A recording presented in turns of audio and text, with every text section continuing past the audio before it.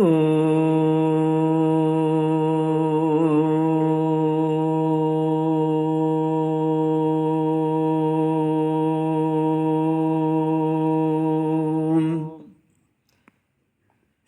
गुरुचरण कमलेभ्यो नमः।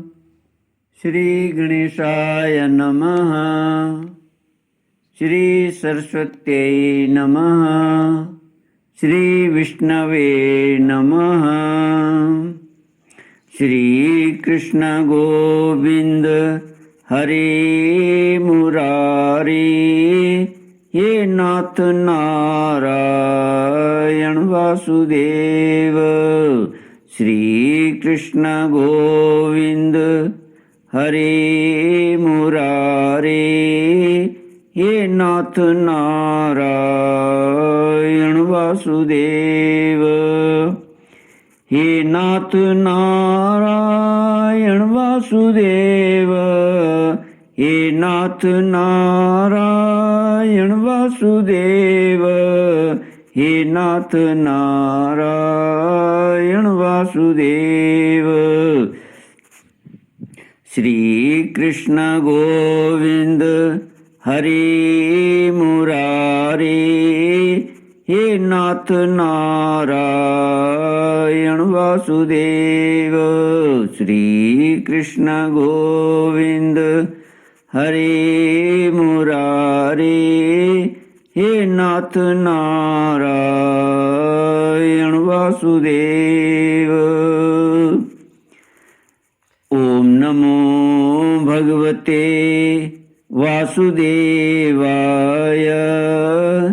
ओम नमो भगवते वासुदेवाय। ओम नमो भगवते वासुदेवाय। ओम नमो भगवते वासुदेवाय। ओम नमो भगवते वासुदेवाय।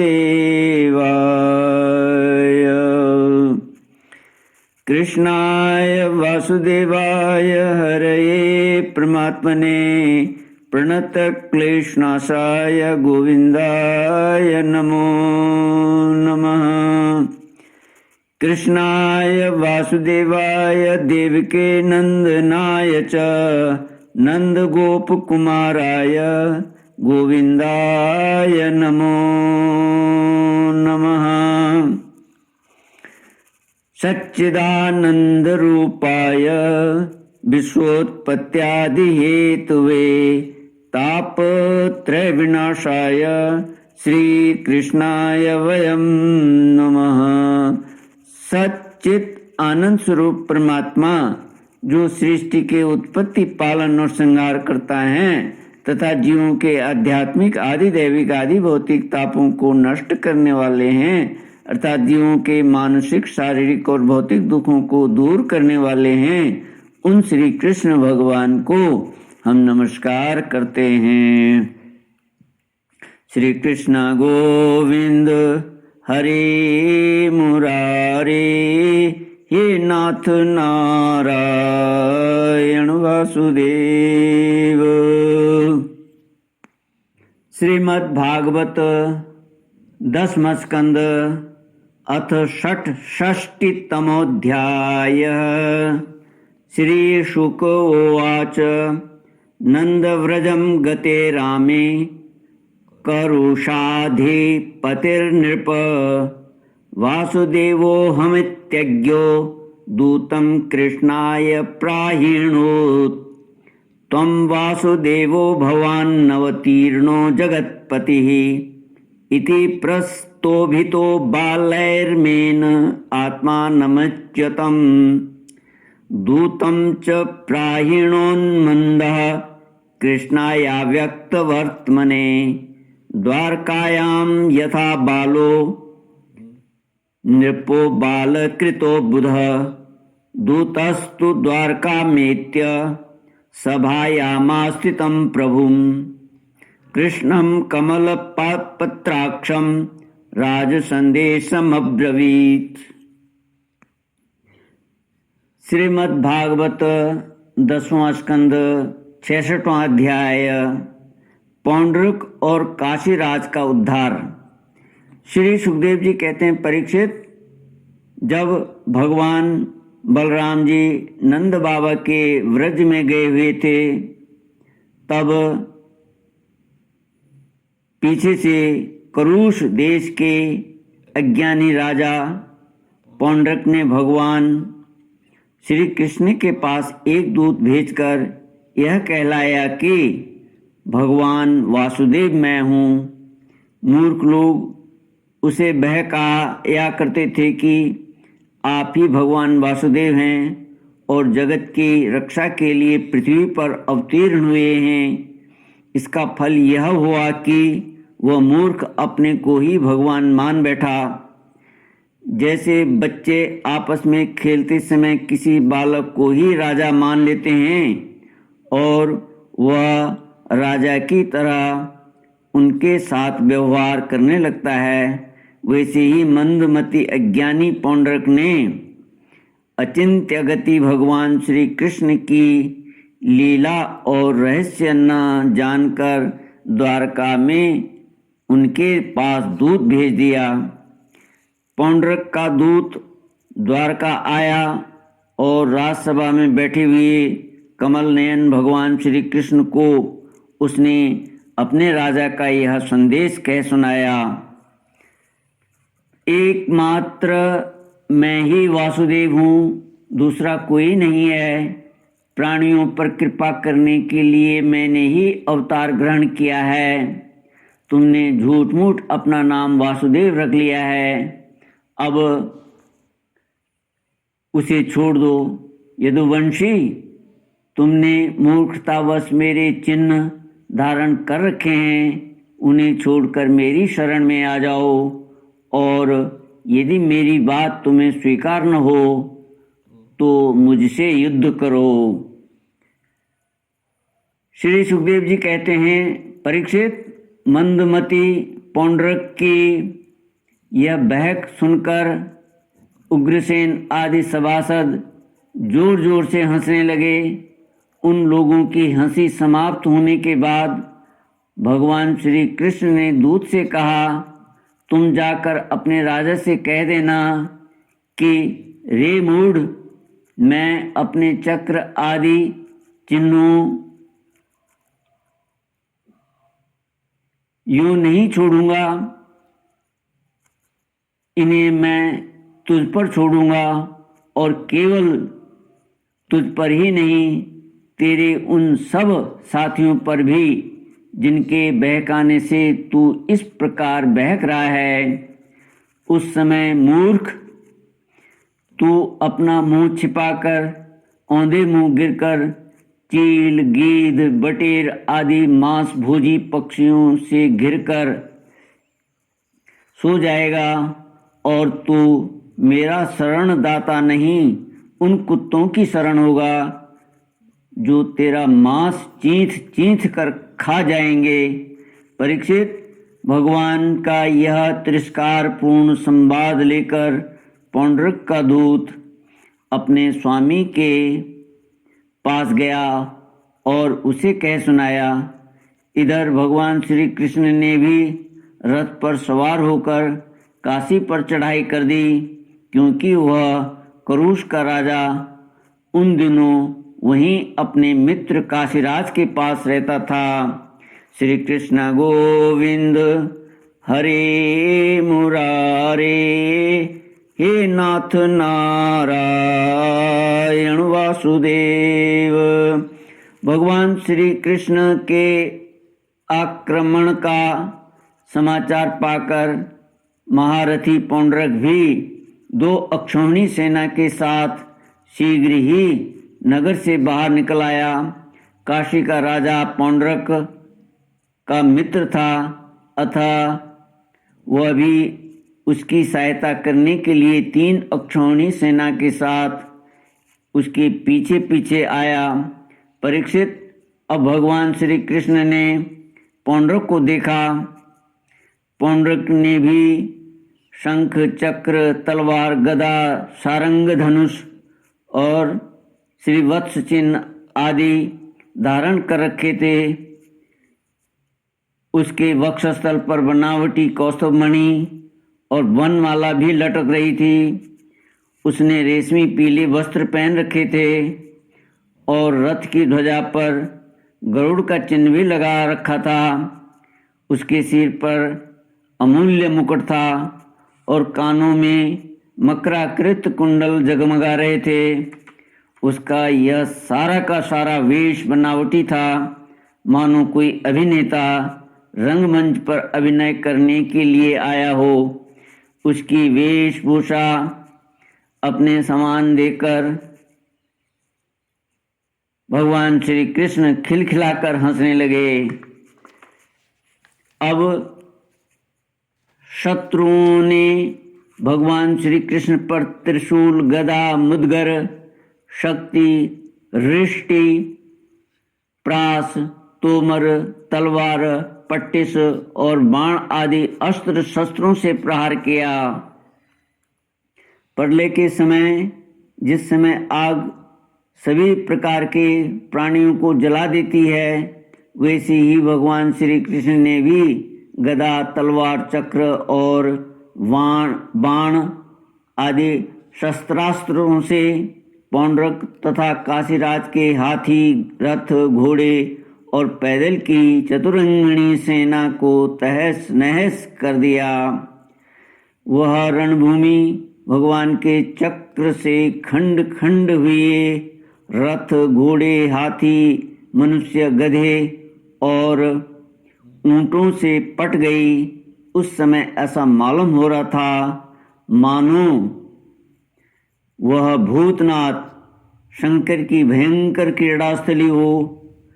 उसे देख देख कर शूरवीरों का उत्साह और भी बढ़ रहा था।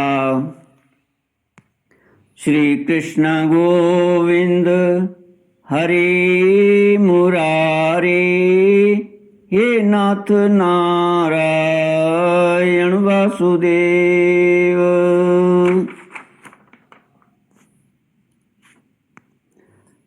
अब भगवान श्री कृष्ण ने पौंड्रक से कहा, रे पौंड्रक, तूने दूत के द्वारा कहलाया था कि मेरे चिन्ह, अस्त्र शस्त्र आदि छोड़ दो, सो अब मैं उन्हें तुझ पर छोड़ रहा हूँ। तूने झूठ मूठ मेरा नाम रख लिया है, अतः मूर्ख, अब मैं तुझसे उन नामों को भी छुड़वा कर रहूँगा। रही तेरे शरण में आने की बात, सो यदि मैं तुझसे युद्ध न कर सकूँगा तो तेरी शरण ग्रहण करूँगा। भगवान श्री कृष्ण ने इस प्रकार पौंड्रक का तिरस्कार करके अपने तीखे बाणों से उसके रथ को तोड़ फोड़ डाला और चक्र से उसका सिर वैसे ही उतार लिया जैसे इंद्र ने अपने वज्र से पहाड़ की चोटियों को उड़ा दिया था। इसी प्रकार भगवान ने अपने बाणों से काशी नरेश का सिर भी धड़ से ऊपर उड़ाकर काशीपुरी में गिरा दिया, जैसे वायु कमल का पुष्प गिरा देती है। इस प्रकार अपने साथ डाह रखने वाले पौंड्रक को और उसके सखा काशी नरेश को मारकर भगवान श्री कृष्ण अपनी राजधानी द्वारका में लौट आए। उस समय सिद्धगण भगवान के अमृतमयी कथा का गान कर रहे थे। परीक्षित, पौंड्रक भगवान के रूप का चाहे वह किसी भाव से हो सदा चिंतन करता रहता था। इससे उसके सारे बंधन कट गए। वह भगवान का बनावटी वेश धारण किए रहता था। इससे बार बार उसी का स्मरण होने के कारण वह भगवान के सारूप्य को ही प्राप्त हुआ। इधर काशी में राजमहल के दरवाजे पर एक कुंडल मंडित मुंड गिरा देखकर लोग तरह तरह का संदेह करने लगे और सोचने लगे कि यह क्या है, यह किसका सिर है। जब यह मालूम हुआ कि वह तो काशी नरेश का ही सिर है, तब रानियां, राजकुमार, राज परिवार के लोग तथा नागरिक रो रो कर विलाप करने लगे, हा नाथ, हा राजन, हाय हाय, हमारा तो सर्वनाश हो गया। काशी नरेश का पुत्र था सुदक्षिण। उसने अपने पिता का अंत्येष्टि संस्कार करके मन ही मन यह निश्चय किया कि अपने पितृघाती को मारकर ही मैं पिता के ऋण से उऋण हो सकूंगा। निदान वह अपने कुल पुरोहित और आचार्यों के साथ अत्यंत एकाग्रता से भगवान शंकर की आराधना करने लगा। काशी नगरी में उसकी आराधना से प्रसन्न होकर भगवान शंकर ने वर देने को कहा। सुदक्षिण ने तुम ब्राह्मणों के साथ मिलकर यज्ञ के देवता ऋतिक भूत दक्षिणाग्नि की अविचार विधि से आराधना करो। इससे वह अग्नि प्रमथ गणों के साथ प्रकट होकर यदि ब्राह्मणों के अभक्त पर प्रयोग करोगे तो वह तुम्हारा संकल्प सिद्ध करेगा। भगवान शंकर की ऐसी आज्ञा प्राप्त करके सुदक्षिण ने अनुष्ठान के उपयुक्त नियम ग्रहण किए और वह भगवान श्री कृष्ण के लिए अभिचार मारण का पुरस्चरण करने लगा। अभिचार पूर्ण होते ही यज्ञ कुंड से अति भीषण अग्नि मूर्तिमान होकर प्रकट हुआ। उसके केश और दाढ़ी मूछ तपे हुए तांबे के समान लाल लाल थे। आंखों से अंगारे बरस रहे थे। उग्र दाढ़ों और टेढ़ी भ्रुकुटियों के कारण उसके मुख से क्रूरता टपक रही थी। वह अपनी जीभ से मुंह के दोनों कोने चाट रहा था। शरीर नंग धड़ंग था। हाथ में त्रिशूल लिए हुए था जिसे वह बार बार घुमाता जाता था और उसमें से अग्नि की लपटें निकल रही थीं। ताड़ के पेड़ के समान बड़ी बड़ी टांगें थी। वह अपने वेग से धरती को कंपाता हुआ और ज्वालाओं से दसों दिशाओं को दग्ध करता हुआ द्वारका की ओर दौड़ा और बात की बात में द्वारका के पास जा पहुंचा। उसके साथ बहुत से भूत भी थे। उस अभिचार की आग को बिल्कुल पास आई हुई देख द्वारकावासी वैसे ही डर गए जैसे जंगल में आग लगने पर हरिण डर जाते हैं। वे लोग भयभीत होकर भगवान के पास दौड़े हुए आए। भगवान उस समय सभा में चौसर खेल रहे थे। उन लोगों ने भगवान से प्रार्थना की, तीनों लोकों के एकमात्र स्वामी, द्वारका नगरी इस आग से भस्म होना चाहती है। आप हमारी रक्षा कीजिए। आपके सिवाय इसकी रक्षा और कोई नहीं कर सकता। शरणागत वत्सल भगवान ने देखा कि हमारे स्वजन भयभीत हो गए हैं और पुकार पुकार कर विकलता भरे स्वर से हमारी प्रार्थना कर रहे हैं। तब उन्होंने हंसकर कहा, डरो मत, मैं तुम लोगों की रक्षा करूंगा। परीक्षित, भगवान सबके बाहर भीतर की जानने वाले हैं। वे जान गए कि यह काशी से चली हुई माहेश्वरी कृत्या है। उन्होंने उसके प्रतिकार के लिए अपने पास ही विराजमान चक्र सुदर्शन को आज्ञा दी। भगवान मुकुंद का प्यारा अस्त्र सुदर्शन चक्र कोटि कोटि सूर्यों के समान तेजस्वी और प्रलयकालीन अग्नि के समान जाज्वल्यमान है। उसके तेज से आकाश दिशाएं और अंतरिक्ष चमक उठे और अब उसने उस अभिचार अग्नि को कुचल डाला। भगवान श्री कृष्ण के अस्त्र सुदर्शन चक्र की शक्ति से कृत्यारूप आग का मुंह टूट फूट गया, उसका तेज नष्ट हो गया, शक्ति कुंठित हो गई और वह वहाँ से लौटकर काशी आ गई तथा उसने ऋतिज आचार्यों के साथ सुदक्षिण को जलाकर भस्म कर दिया। इस प्रकार उसका अभिचार उसी के विनाश का कारण हुआ। कृत्या के पीछे पीछे सुदर्शन चक्र भी काशी पहुंचा। काशी बड़ी विशाल नगरी थी।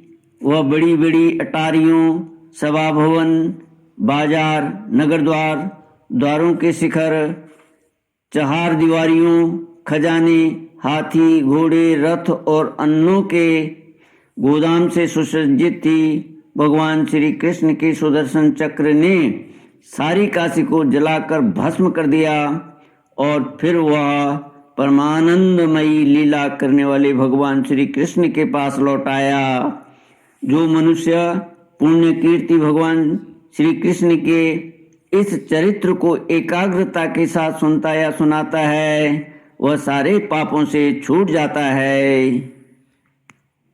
इति श्रीमद्भागवते महापुराणे पारमहंस्यां संहितायां दशमस्कन्धे उत्तरार्धे पौंड्रकादिवधो नाम षट्षष्टितमोऽध्यायः।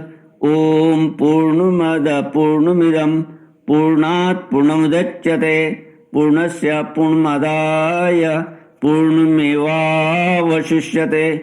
ओम शांति शांति शांति। हरि ओम श्री गुरुभ्यो